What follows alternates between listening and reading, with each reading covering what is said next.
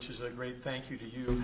You've set the direction, and when you took office, you've done more in the last year for mining and minerals in our country, perhaps than any president in history. Just like drill, baby, drill, you said mine, baby, mine. And what's happened in our country is you've led us through deals with equity deals for the first time. The United States of America is driving equity deals to help sustain and balance this market. You unlocked Alaska with the Amber Road project. That opened up over 1,700 mining claims in Alaska. And of course, on beautiful clean coal, we've got critical minerals that are co-located with that coal, and we've unlocked that. The Biden administration did 0 coal leases during the last 4 years. You've done hundreds of millions of tons of coal leases. That's going to help drive electric prices down in America. Permitting, you mentioned this in your remarks. There were some permits that it's lingered for 29 years. They got done in 4 months last year under your administration. And under your emergency authorities, some of these permits got done in as short as 12 days. You helped create a club of nations to help balance out the fact that we didn't have markets that were functioning around critical minerals. You led off with Australia, Japan, Korea, Saudi Arabia, and Thailand. This week we'll announce 11 more countries that are joining that club of nations as part of this global coalition. And behind that in the pipeline, there's 20 more nations that want to join under your leadership to allow for trade of critical minerals. And then here we stand today with the teamwork that was described. This would not have been possible without the incredible cabinet that you put together. Marco Rubio, Scott Bessent, Howard Lutnick, Chris Wright, and many others were involved in bringing this together through the vision. Standing with us today are some of our chairmen of our great congressional leadership who also have supported this and helped us find a way to do this without any appropriations. This is happening without tax dollars.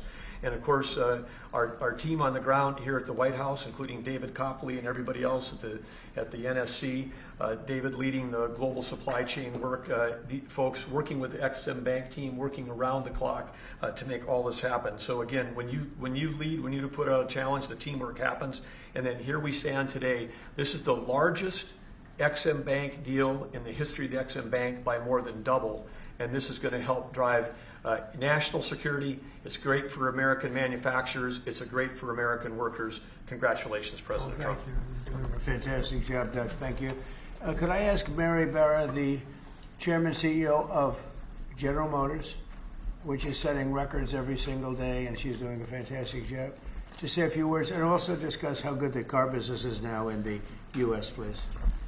Well, Mr. President, I want to thank you for your commitment to strengthening U.S. manufacturing and supporting the auto industry. Also want to thank your cabinet and members of Congress and the whole team here that made this possible today. Having a resilient supply chain is critical for our nation, and it's critical for all industry, especially the auto industry. We have been strengthened with many of the different policies that have been put in place over the last year. So I want to thank everybody for that. It not only supports U.S. manufacturing, it supports job creation, it also supports the consumer, so thank you. And business is held very strong. We still see a strong consumer, so I'm excited about 2026. I think it's going to be a record with all of your new plants opening up and everything else in our country. So, in our country. Robert? Please. Mr. President, thank you so much for what you've achieved. Everything we touch, we either grew it agriculturally and you've helped the farmers, or we mined it. All these cameras you see in front of you, they were mined. Every time you pick up a hand phone, it was mined. And so stimulating the ability for the miners in this country to help you industrialize the country, the salt of the earth, and we're super excited that America is doing something for not only our national security, but for the reindustrialization of the country, because you can't reindustrialize Detroit with a lot of metal. And I'm telling you on behalf of every miner I know, they're elated at the breakthroughs that have been achieved here. They'll make a lot more cameras in the future. And maybe you can help us teach everybody that everything you touch like that, somebody mined it. And we need your support, and we're really happy to get it. And congratulations, you're in the Hall of Fame. Is that the Rare Earth Hall of Fame or Minerals Hall of It's a Fame? bunch of pictures of dead guys that go back to Herbert Hoover, who was a miner. Mining's down to 1% of the S&P 500, but really everything you touch needs mining. And this is the first administration with your support where we've got hope. We can go out and really do it. So, as you know, I last met you in Saudi Arabia with Mohammed bin Salman. We're working in Chile. Right. We want to bring these metals back to the United States and refine them and use them right here. And the vision of this administration, Howard Lutnick's been helping a lot. A lot of people at Exim Bank have been helping a lot. I'm just telling you, the morale of the miners is sky high. Doing a great job. Thank you very much. Congratulations. That's a big deal. Thank you. Thank you. How about French Hill? Say a few words, please. Thank you, Mr. President. Well, on behalf of Congress, Chairman Westerman could talk about how he's helped unleash the ability to mine through permitting reform. And Senator Marino and I serve on the House Financial Services Committee and Senate Banking Committee.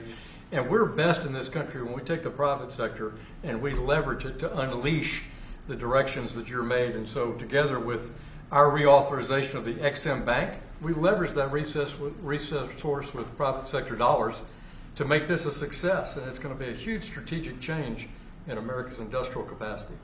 Big difference, right? Big difference. There's never been really anything like what we're doing. Bernie, please. Not to be hyperbolic, but if you hadn't been elected, the auto industry in America would be over. The country would be completely over. The country would be over. Well, but the auto industry would have been gone first. What the Democrats had done with electric vehicles, the mandates, what you were able to accomplish last year, Secretary Lutnick, what Secretary Bassett was able to do with your leadership has transformed the auto industry. And I tell you, it's never been better for people in the auto industry. I hear from all my friends. They are elated. And the worst part is that the people that you really saved were the car dealers in California and New York and New Jersey. Right. And they fought me all the way, Mary, right? They fought me all the way, and now they're saying thank you very much. But you're doing a great job. Thank you, Bernie. Scott?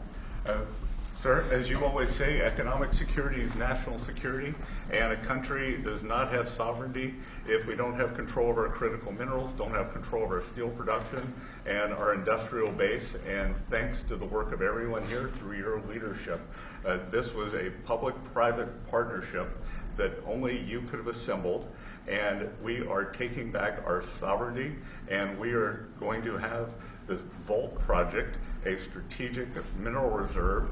And I can't tell you how innovative and exciting this is, and the level of security it is going to give us going forward is phenomenal.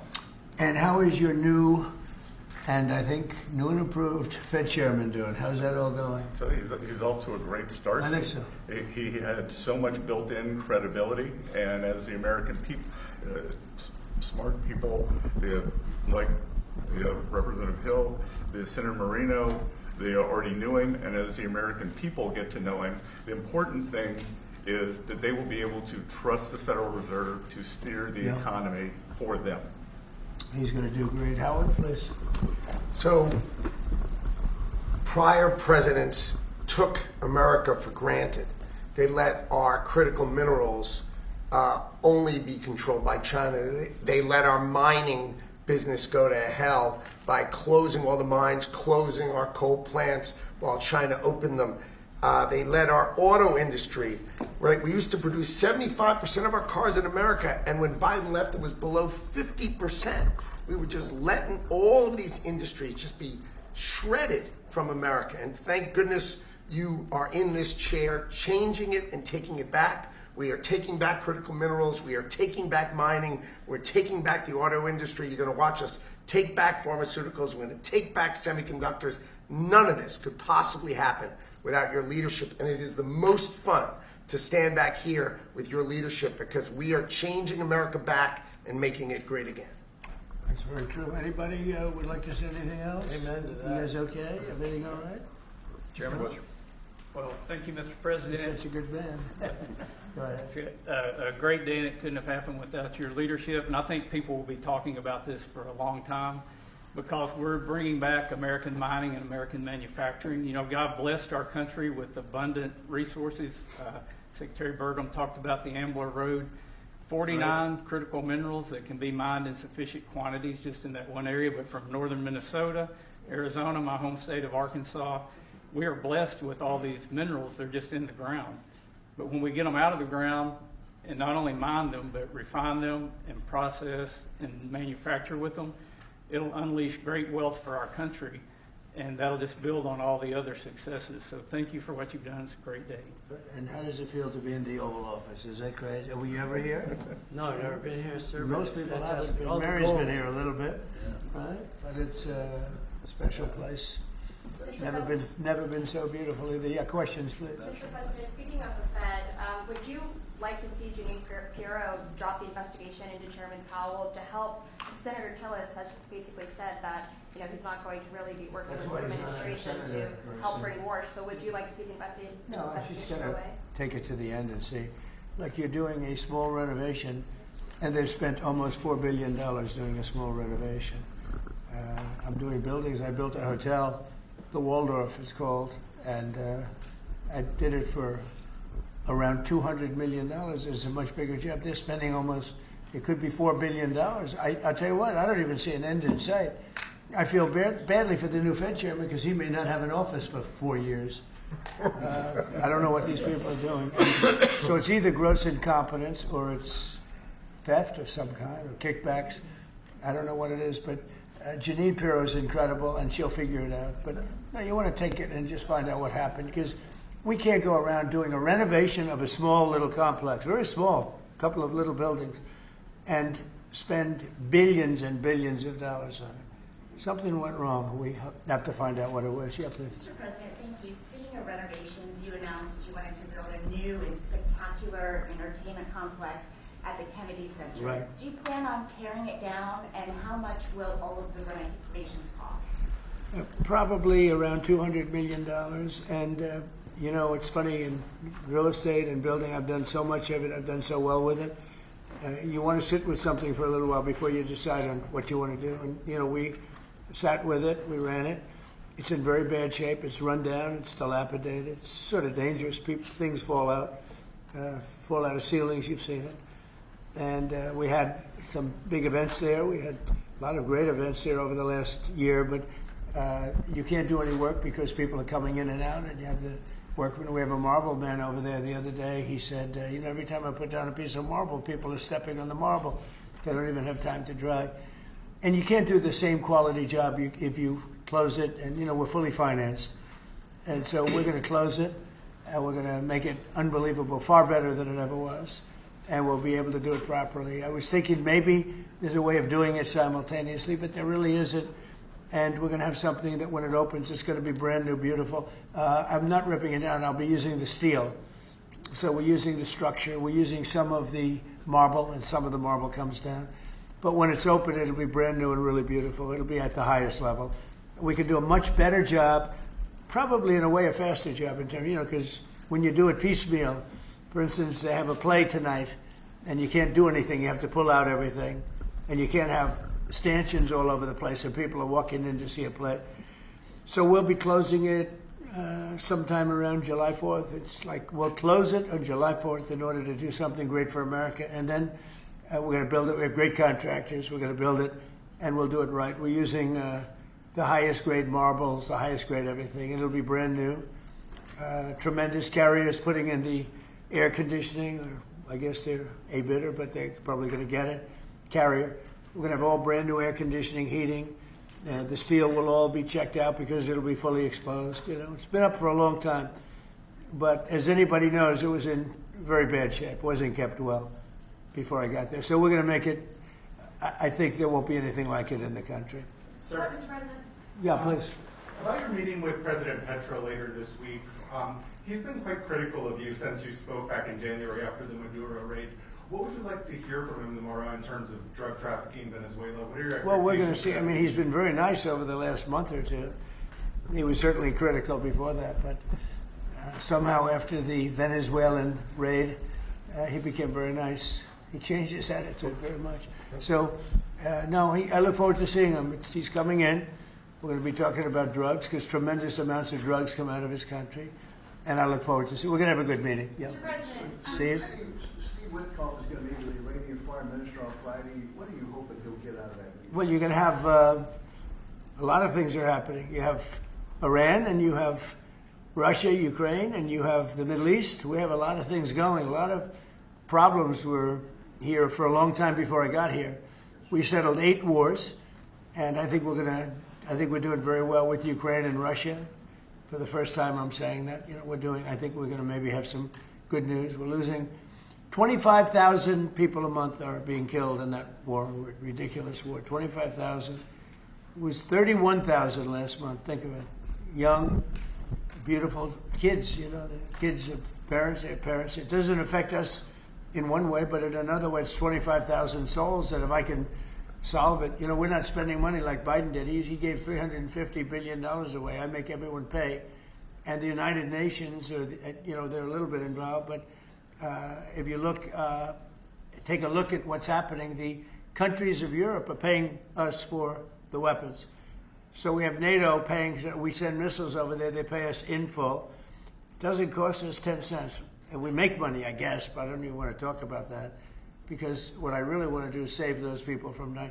They lose, Mary, can you imagine 25,000 to 30,000 people a month? That's like a stadium full of people every single month. And, I was blessed with something where I can get these things done. Got 8 of them done.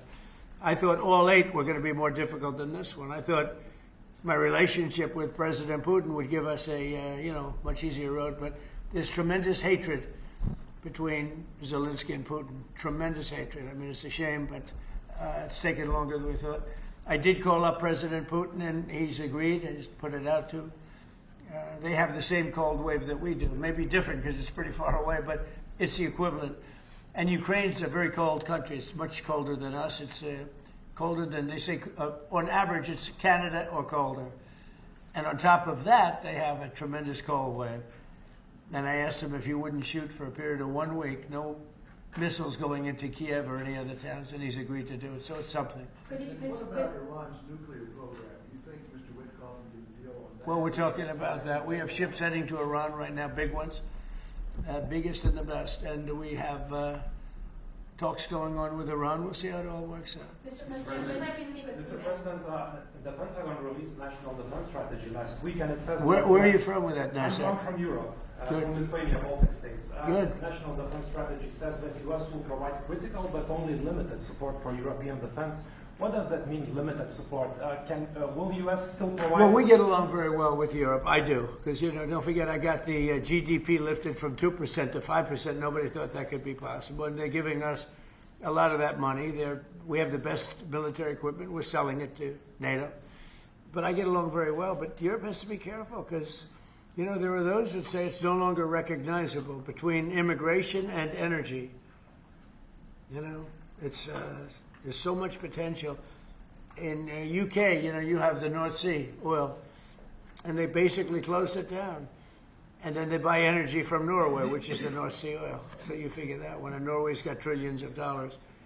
They have to be careful. You need energy, and you can't do the windmills because the windmills, you're supposed to make money with energy, not lose money. So I'm very disappointed. I love Europe. I love the people of Europe. And they have to be very careful. They're at a tipping point. You have tremendous immigration problems, and you have tremendous energy problems. It's a bad combination.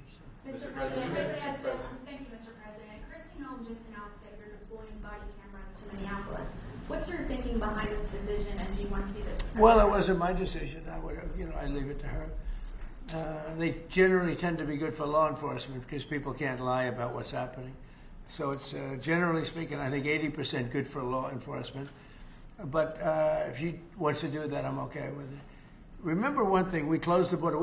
I got elected on a disastrous border. And we have nobody coming in through our border anymore. We had 25 million people come in 4 years through our border. Many of them were murderers and drug dealers and mentally insane from mental institutions and insane asylums. And now, we don't have anybody coming in. For 9 months now, they actually report 0. We have 0 people coming in, which I find hard to believe, but the Democrats do that report. They tend to be left-leaning that do that report. So I assume it's true. If it's not, it's a very tiny amount of people. But we basically have a tremendously perfect, strong border. And also, crime levels are at the lowest point they've been in 125 years. Since 1900, we have the best numbers. And that's despite the fact that we had a lot of criminals and murderers. 11,888 murderers came in. and we have the lowest numbers that we've had in 125 years. So, so we're doing a good job. If she wants to do the camera thing, that's okay with me. Mr. President, there was one homicide in D.C. during January. Do you think this is due to your efforts, and do you think blue states should see this as a sign that they should cooperate with you? Well, if there was one, I mean, we haven't had one in a long time. D.C. has become a very safe. There was an in-house homicide. It was in-house. It was a dispute within a family. We have had virtually no crime in D.C. D.C. is now considered a very safe place, and it should be. It's our nation's capital. And we sent in the soldiers. I read the Washington Post this week, and it was incredible. They were trying to determine how did we get so low numbers? The low numbers in D.C. because we have very little crime, if any. And they talked about everything except for the fact that we put our National Guard and great soldiers inside our city. They didn't want to mention that. It's how dishonest. Because if we didn't do that, you'd have tremendous crime in D.C. And I get thanked every single day by people that work in the White House. People, young ladies, men, they come up, thank you, sir, for making D.C. so safe. They walk to work now. A year and a half ago, they wouldn't have walked to work. They would have been killed or mugged or something would have happened to them. So it's, it's a great honor, but you got to read the story in the Washington Post. They do it. Crime is way down in D.C. Now, what's the reason for it? The reason for it is we have very big, strong, good-looking soldiers standing around. And I think they make the place look better. But this is our capital, and we have a very safe capital. We had a very dangerous capital before. Yeah, Sir, yesterday you said you were speaking to people about Cuba to reach an agreement. What Right. sort of agreement are you hoping to reach? Is that with the Cuban government? well, it's a What would you failed like to see nation from now, it? and they're not getting any money from Venezuela, and they're not getting any money from anywhere. It's a failed nation. Mexico is going to cease sending them oil. So I'd like to take care of the people that are here from Cuba. You know, we have many people that came from Cuba that were thrown out of Cuba or that fled Cuba. They came over on rafts. They went through shark-infested waters. I don't know how they did it. And it was many years ago. Many would like to go back. Many would like to at least visit their relatives. And I think we're at a pretty close point. We are dealing with the Cuban leaders right now. Mr. President, the Wall Street Journal reported that the royal family of Abu Dhabi invested hundreds of millions of dollars in your World Liberty Financial. Can you explain why you decided to take that investment? Was that a transaction? Well, I don't know about it. I know that crypto is a big thing, and they like it. A lot of people like it. The people behind me like it. My sons are handling that. My family is handling it. And I guess they get investments from different people. But I'm not. I have all I can handle right now with Iran and with Russia and Ukraine and with all the things we're doing. So I don't know exactly, other than, I'm a big crypto person. I'm the one that probably helped crypto more than anybody because I believe in it. And the reason I believe in it is because if we don't do it, Scott, I think we can say then China's going to do it. Right? Yes, sir. If we don't do crypto, then China's going to do it. And it's just like AI. We're leading AI by a lot. And if we weren't leading, China would have led. They're very capable. They're very good. What do you have to say about that? You've made America the digital asset capital of the world. We did the Genius Act for stable coins. Many of the people standing up here are working on the Clarity Bill to I hope that give gets us done. market structure. Yeah. And we're bringing U.S. best practices to an exciting the new industry, digital assets, innovation, and it spreads everywhere. So the U.S. And do you agree that if we didn't do it, China and others would, but China would? Oh, China would have had the lead, and then others around the world in terrible jurisdictions would have been doing it. And on Iran, sir, can you say what your threshold military action is? Well, I can't tell you what I'm going to do because right now, we have a tremendous force going there, just like we did in Venezuela, even bigger. And they'll be there soon, and I'd like to see a deal negotiated. I don't know that that's going to happen, but I mean, if I knew I wouldn't be able to, I wouldn't tell you. I'd be very foolish if I would tell you. But right now we're talking to them. We're talking to Iran, and if we could work something out, that'd be great. And if we can't, probably bad things would happen. Mr. President, on the government shutdown. Yeah, please. On the government shutdown, do you think there could be a resolution to this issue? And have you gotten I do. assurances from House Republicans? Well, I spoke with Speaker Johnson. I spoke with Leader Thune. And I think they're pretty close to a resolution. You know, we were at 5.6% GDP, and we lost 1.5 points because of the 42-day shutdown. Think of that. We would have been at 7. Nobody ever saw a number like 7. And I think, Howard, probably 1.5 points was the number, right? 1.5 for the shutdown. Exactly right. And it's very bad for our country. But despite that, we have the highest numbers we've ever had. You know, we're doing well. We're going right through it. But I will say that I spoke with Senator Schumer numerous times, and I don't think they want to see a shutdown either. Mr. President, are you going to sue Trevor Noah? Last night in a post, you alluded that something could become. Yeah, well, he said that I spent time on Jeffrey Epstein's island. I didn't. I mean, he's a lightweight. This guy is a terrible. I think he's terrible. I thought he did a terrible job at the Grammys. I thought the whole Grammys was terrible. I watched part of it. It's not watchable. But he was a lousy host. I'd say not as bad as Jimmy Kimmel, but pretty close. And no, he made a statement about me and Jeffrey Epstein. I have nothing to do with that. I have nothing to do with Jeffrey Epstein. And in fact, if you look at the DOJ, they announced, they released 3 million pages. It's like this is all they're supposed to be doing. And frankly, the DOJ, I think, should just say, we have other things to do, because that whole thing has turned out, I mean, other than Bill Clinton and, Bill Gates and lots of people there are a lot of questions about it, but nothing on me. But it was even sort of better than that, because they found that Jeffrey Epstein and this sleazebag writer named Michael Wolff were conspiring against Donald Trump to lose the election. So Epstein was conspiring with a writer for me to lose the election. So right there, you know that I had nothing to do with this guy. But yeah, it's a terrible thing. The amount of time that's being wasted. You know, when Epstein was alive, like 10 years ago, nobody cared about it. But they're only doing it. But now it's really hitting back on them because Bill Clinton is such a big part of it. The Democrats are pushing it. And the problem is that it's turning out to be the Democrats that were with and conspired with Epstein. So I think you're probably going to see a little pullback from them. But think of it.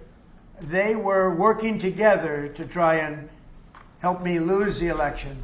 But this is the Oval Office, so I guess that didn't work out too well. Okay, one more question. Mr. President, do you have an update on the U.S. troop level in Europe? Are you planning any force reductions? No, we have a great relationship with Europe. We have a great relationship with our troops. You know, one of the best things that I can say is that if you go back a year and a half ago, so I'm running for election, they had the worst recruitment numbers in the history of our country. Nobody wanted to join the military, or nobody wanted to join the police. Nobody wanted to join the fire departments. We couldn't get anybody to be a proud member of our country. And now, Doug, as I told you before, now we have the best recruiting numbers that we've ever had in our military. Army, Navy, Air Force, Marines, Space Force, we love, and Coast Guard. I love the Space Force. It's doing great. But now we have waiting lists on everybody wants to join. You know why? Because people are proud of our country. Because our country is doing great. I think Mary can say the same thing. You had lots of people not working so well, and now you just wish you could get them in faster. I know that it's hard to get them. Yeah, we continue to bring people in and have training programs. We're Right. investing in the U.S. Training workforce. people. Yes. But 2 years ago, you didn't see anything like this. It's amazing what's happened. So we have the number one, in the history of our country, we've never had more people that want to join our armed forces than we do right now. And a year and a half ago, nobody wanted to join. They were embarrassed by our country. They were embarrassed by our leadership.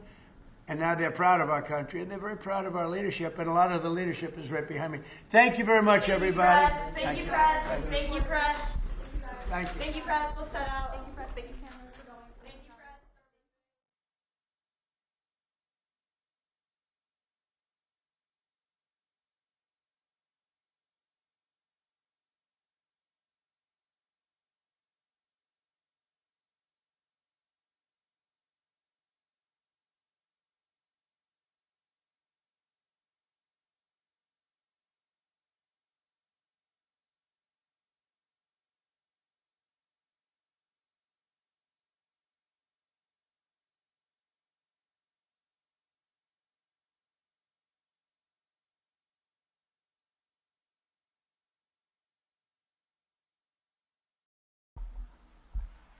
Thank you very much, and thank you for being here in the Oval Office, one of the great places of the world, as we make a historic announcement about the Golden Dome missile.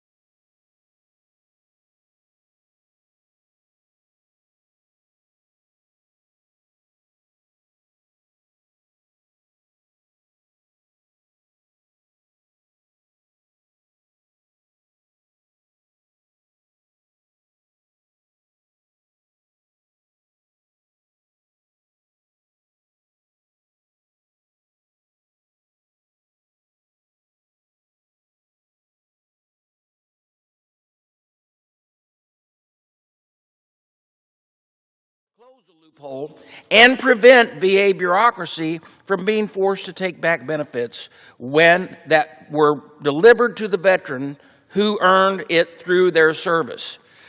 Families grieving a veteran's passing should not have to worry that VA will go after them to recover a pension payment. This legislation would prevent those situations while recognizing our commitment to honor those who have served this country. Now, I urge all of my colleagues to support H.R. 3123 as amended, and with that, I reserve the balance of my time. The gentleman reserves. The gentleman from California is recognized. Madam Speaker, I yield myself such time as I may consume. Without objection. Madam Speaker, I rise to express my support for H.R. 3123, the Ernest Peltz Accrued Veterans Benefits Act, as amended. It is no secret that our offices get a lot of calls about casework on veterans' benefits. Sometimes these calls are a simple matter of getting people in the right point of contact in the right office. Sometimes it's an ask to wake a sleepy bureaucracy to move faster on behalf of a constituent.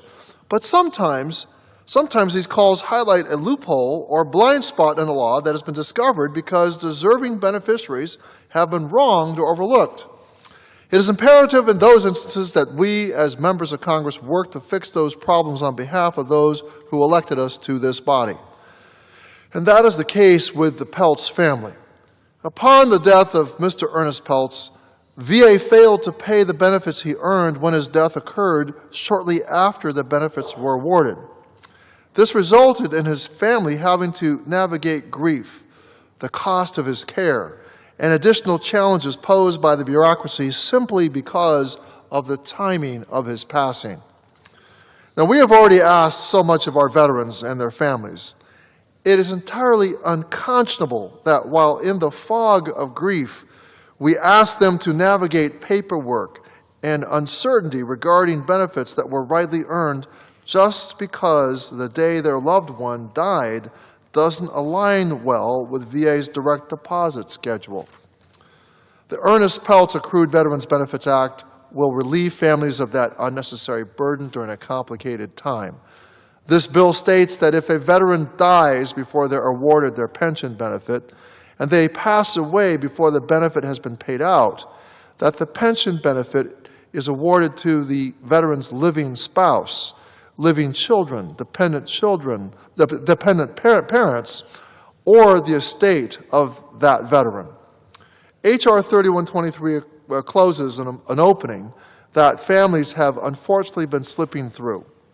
We know of one family that this is affected, but we don't know how many other families that have been touched by a bureaucratic system that felt cold and uncaring. I thank Representative Stefanik for her work in addressing this oversight, and much of the work we do on the Veterans Affairs Committee is centered on the promises that we make to veterans and their loved ones. This bill is just that, honoring not only a promise to our veterans, but also their families. This pension benefit is not, nor was it ever, a handout. It was an earned benefit that Mr. Peltz secured through his service in World War II. And I will continue to fight until every beneficiary gets the benefits that they earned, no matter how long that takes. We must continue to expand veterans' benefits for all those who have worn the uniform of this nation. Mr. Speaker, I support this legislation and urge all my colleagues to do the same. And with that, Madam Speaker, I reserve the balance of my time. Gentleman reserves. The gentleman from Illinois is recognized. Thank you, Madam Speaker. At this time, I would like to yield to as much time as she may consume to the gentlewoman from New York, the sponsor of this bill, Representative Stefanik. Gentlelady from New York is recognized. Thank you, Madam Speaker, and thank you to Chairman Bost. I rise today in support of my legislation, the Ernest Peltz Accrued Veterans Benefit Act, H.R. 3123. I also want to thank Ranking Member Takano for his comments and support. I've represented the Peltz family for well over a decade, and that included Ernest Peltz, a World War II veteran and American hero, who died a few years ago between Christmas and New Year's. At that time, I heard from his son, Charles Peltz, who found himself caught in a maze of bureaucratic VA red tape.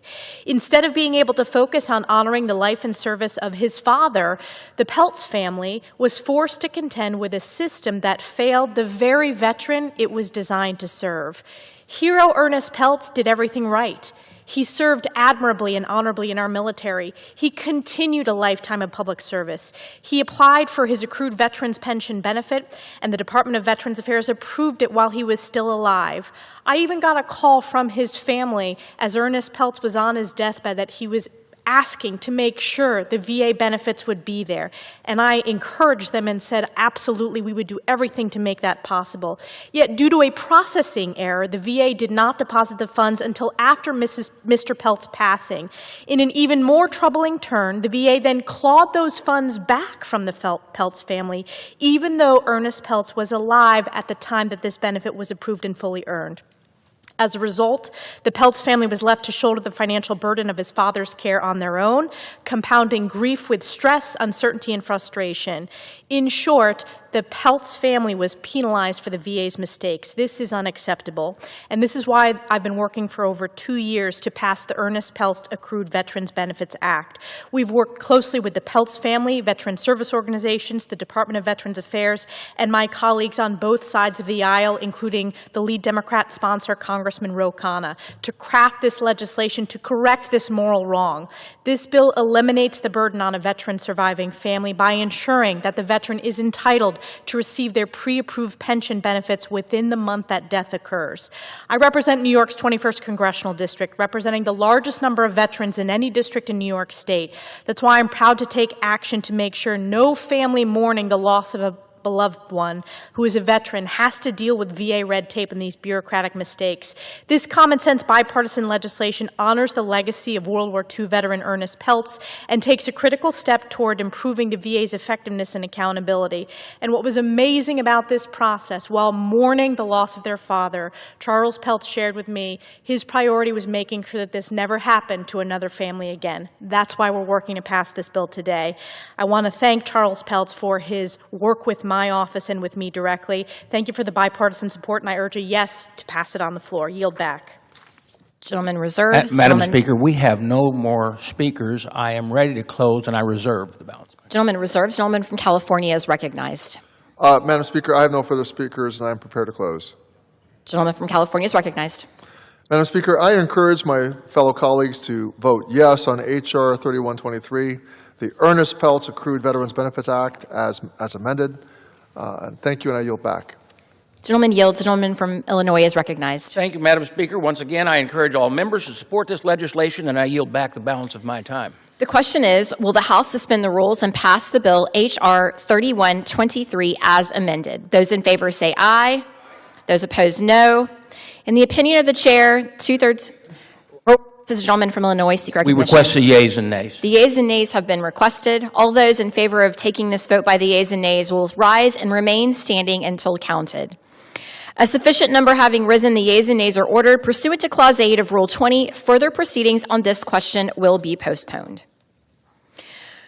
For what purpose does the gentleman from Illinois seek recognition? Madam Speaker, I move to suspend the rules and pass H.R. 658 as amended. The clerk will report the title of the bill. H.R. 658, a bill to amend Title 38 United States Code to establish qualifications for the appointment of a person as a marriage and family therapist qualified to provide clinical supervision in the Veterans Health Administration.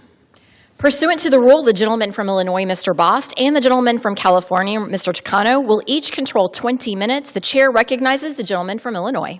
Madam Speaker, I ask unanimous consent that all members have 5 legislative days in which to revise and extend their remarks on H.R. 658 as amended. Without objection. Speaker, I yield myself as much time as I may consume. Gentleman is recognized. Thank you, Madam Speaker. I rise today in support of H.R. 658 as amended. This bill was introduced by my colleague, Representative Julia Brownlee of California. Under current law, only one accrediting body has power over who can work as a marriage and family therapist in supervisory roles at the VHA. This is an unnecessary burden. It is unnecessarily restricts access to licensed marriage and family therapists who can help veterans grow and maintain healthy family relationships.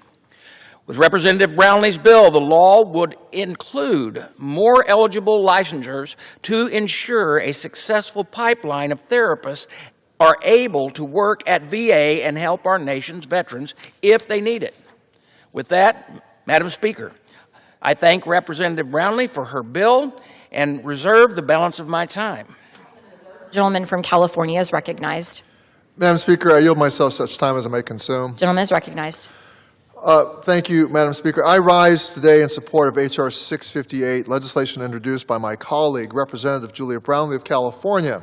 This legislation would establish qualifications for the appointment of marriage and family therapists to provide clinical supervision in the Veterans Health Administration. Licensed marriage and family therapists provide critical therapy and support to address the unique challenges that military veterans and their families face. Veterans and their families are no strangers to facing major life challenges when transitioning from active duty, whether that's adjusting to life as a civilian, navigating new family dynamics, or even dealing with medical needs or big moves. Licensed marriage and family therapists help individuals and couples develop coping strategies and mechanisms to face these challenges head-on, and help ensure those who serve our nation have the resources they need to support themselves and their families. Licensed marriage and family therapists have provided care to countless veterans since 2010, when VA first established qualification standards for the profession and began hiring licensed marriage and family therapists. However, in 2018, VA amended its qualification standards and created a new requirement that licensed marriage and family therapists therapists who want to serve as supervisors or managers must obtain the American Association for Marriage and Family Therapy's quote-unquote approved supervisor designation.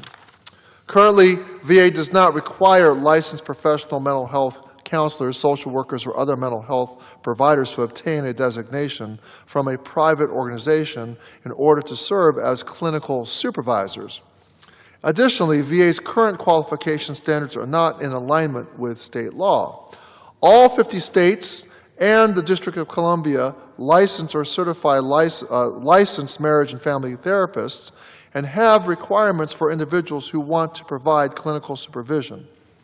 However, only 2 states, North Carolina and Tennessee, require that clinical supervisors hold a private association's quote-unquote approved supervisor designation, end quote. VA's current qualification standards place licensed marriage and family therapists at a disadvantage when it comes to retention and promotion. There are thousands of licensed marriage and family therapists who are recognized as state-approved supervisors, yet they are not eligible to supervise within VA because they do not have the quote-unquote approved supervisor designation. Some licensed marriage and family therapists have left VA employment because of this restriction, which contributes to vacancies among mental health providers within the department. H.R. 658 would help expand veterans' access to mental health care by expanding the pool of eligible licensed marriage and family therapist applicants for both rank and file and supervisory positions. We must ensure that dedicated mental health professionals are able to fully support our veterans, and that is why I support this legislation, and I encourage my colleagues to do the same, and I reserve the balance of my time. Gentleman reserves. The gentleman from Illinois. Reserve. Gentleman reserves. Gentleman from California is recognized. At this time, I'd like to yield as much time as she may consume my good friend, the ranking member of the Subcommittee on Health and the author of this legislation, Ranking Member Julia Brownlee from my great state of California. Gentlewoman is recognized. Thank you, Madam Speaker. And I thank the chairman and the ranking member for bringing my bill forward today. I rise in support of the VA Marriage and Family Therapist Equity Act legislation I have authored because of the very real stories I have heard from veterans, from their families, from therapists, not only in my district, but across our great country. Ventura County has a long and proud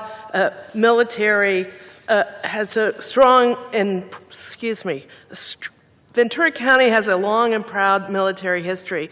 We are home to Naval Base Ventura County, and more than 40,000 veterans call our community home. Every day I see the strength, the resilience, and sacrifice of these families. I also see the challenges they face when their service ends and their transition back to civilian life begins. That transition is not only difficult for many service members, it affects their spouses, it affects their children, and it affects entire families.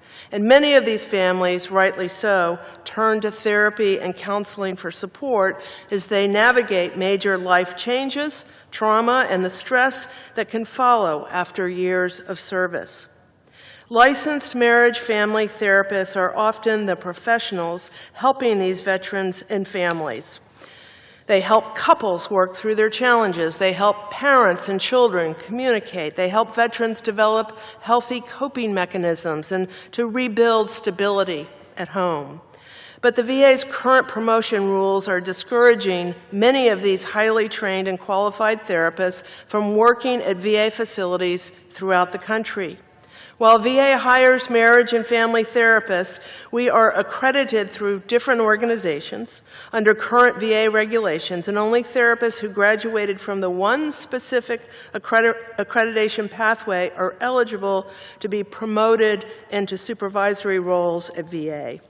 This is despite the fact that nationwide, nearly 30% of licensed marriage and family therapists did not graduate from that specific accreditation program. In states like New York, Florida, and Ohio, the number is closer to 40%. In my home state of California, 95% of licensed marriage and family therapists hold licenses from other programs. Let's be clear. All of these marriage and family therapists are fully licensed in their states where they practice and are fully qualified professionally. Their accreditations are also already recognized by private insurance, TRICARE, and some state Medicaid programs. But inside the VA system, they hit a career ceiling, which they cannot fix because this credential cannot be obtained retroactively. So what happens? They leave or they never come to the VA in the first place, and veterans and their families lose access to care or lose the therapists that they have entrusted. I have heard directly from therapists who want to serve veterans but feel pushed away by this outdated rule. I have heard from so many veterans who want to keep their therapist who has helped them and their family through some of the hardest moments of their lives. This bill is about fixing that. It's about recognizing that these therapists are qualified, capable, and already doing life-changing work for veterans and their families. It is about removing an unnecessary bureaucratic barrier that is shrinking the pool of providers and supervisors at a time when demand for mental health services has never been greater. More importantly, this bill is about upholding our promise to care for veterans after their service, not just with words, but with the access to support of their families' needs to stay strong and healthy. This legislation passed the VA committee with strong bipartisan support, and I urge my colleagues to support this bill today and support our nation's veterans and their families who depend on this care. Thank you, and I yield back. I reserve, Madam Speaker. Gentleman reserves. The gentleman from Illinois is recognized. We have no speakers. I'm ready to close, and I reserve the balance of my time. Gentleman reserves. The gentleman from California is recognized. I have no further speakers. I'm prepared to close. Gentleman's recognized to close. Thank you, Madam Speaker. I ask all my colleagues to join me in passing H.R. 658, and I yield back the balance of my time. Gentleman yields. The gentleman from Illinois is recognized. Thank you, Madam Speaker. I encourage everyone to support this bill, and with that, I yield back the balance of my time. The question is, will the House suspend the rules and pass the bill H.R. 658 as amended? Those in favor say aye. Those opposed, no. In the opinion of the chair, 2/3 being in the affirmative, the rules are suspended, the bill is passed, and without objection, the motion to reconsider is laid on the table. For what purpose does the gentleman from Illinois seek recognition? Speaker, I move to suspend the rules and pass H.R. 1458, the Vets Opportunity Act of 2025, as amended. The clerk will report the title of the bill. H.R. 1458, a bill to amend Title 38 United States Code to modify the criteria for approval of certain independent study programs for purposes of the educational assistance programs of the Department of Veterans Affairs. Pursuant to the rule, the gentleman from Illinois, Mr. Boss, and the gentleman from California, Mr. Takano, will each control 20 minutes. The chair recognizes the gentleman from Illinois. Madam Speaker, I ask unanimous consent. All members have 5 legislative days in which to revise and extend their remarks on H.R. 1458 as amended. Without objection. Speaker, I yield myself as much time as I may consume. Gentleman is recognized. Thank you, Madam Speaker. I rise today in support of H.R. 1458 as amended, offered by my friend and colleague, Representative Juan Ciscomani of Arizona. This bill would modernize the GI Bill by approving hybrid and online independent study programs to meet veterans' needs. You know, during the COVID pandemic, these institutions offered classes in both online and hybrid settings to stop the spread of COVID. These institutions also received the GI Bill funding during that time. Many of these institutions were even told to move their program to a fully remote. This bill would allow these education programs to receive funding again and get more veterans into successful programs. This is clearer than ever, though that was not. It is clearer than ever that VA education programs need to meet veterans where they are and not the other way around. Additionally, this bill would ensure Guard and Reserves who get called up on orders during a semester can receive a grade.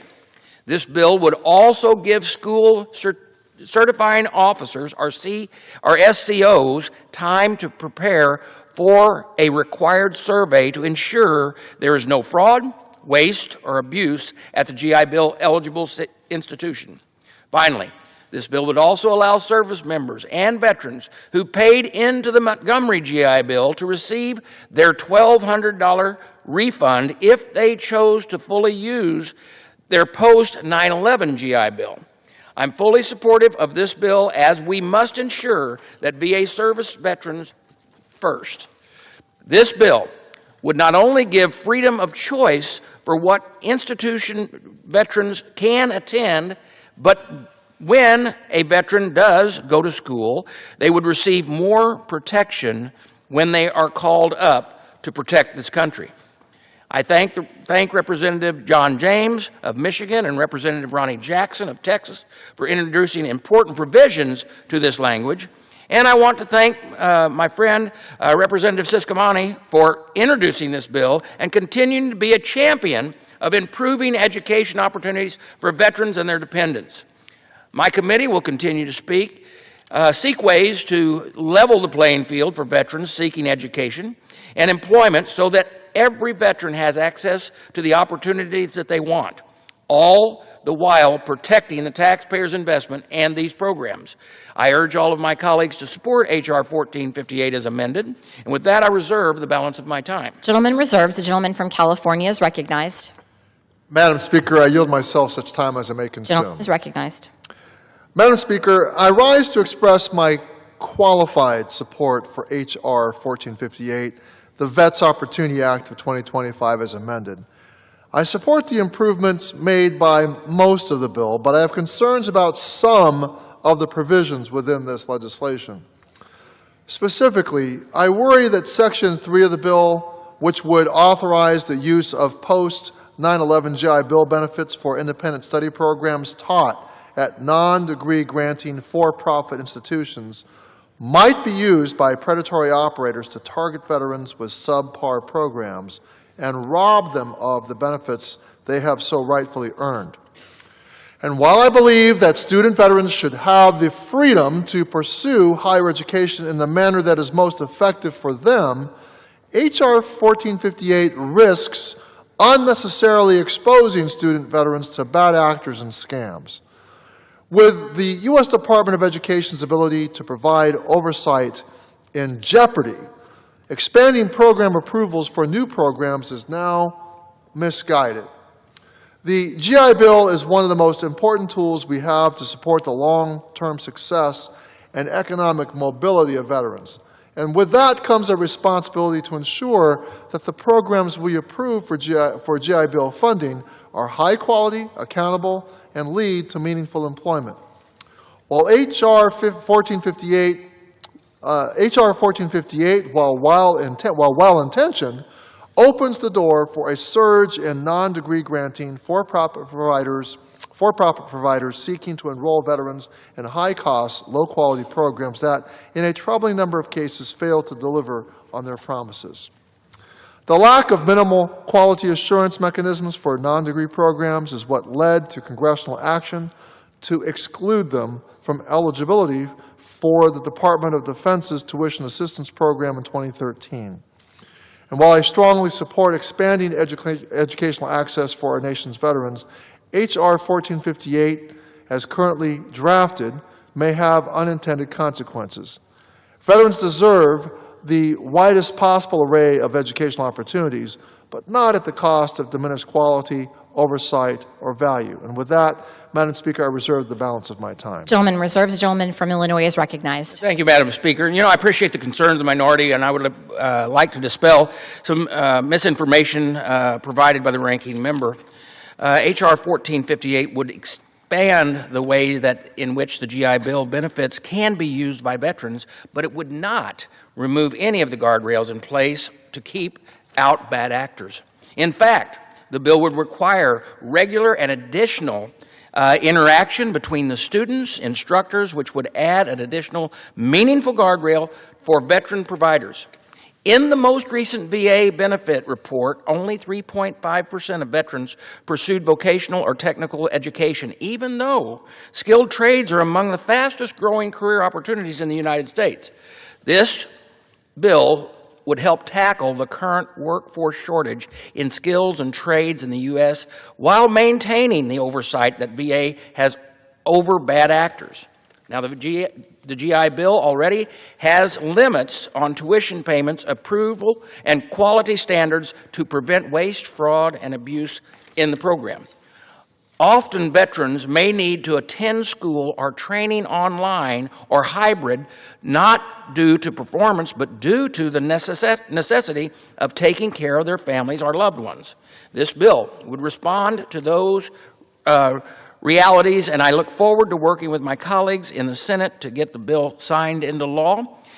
And at this time, I would like to yield to the gentleman from California, the sponsor of this bill, as much time as he may consume, Representative Siscomani.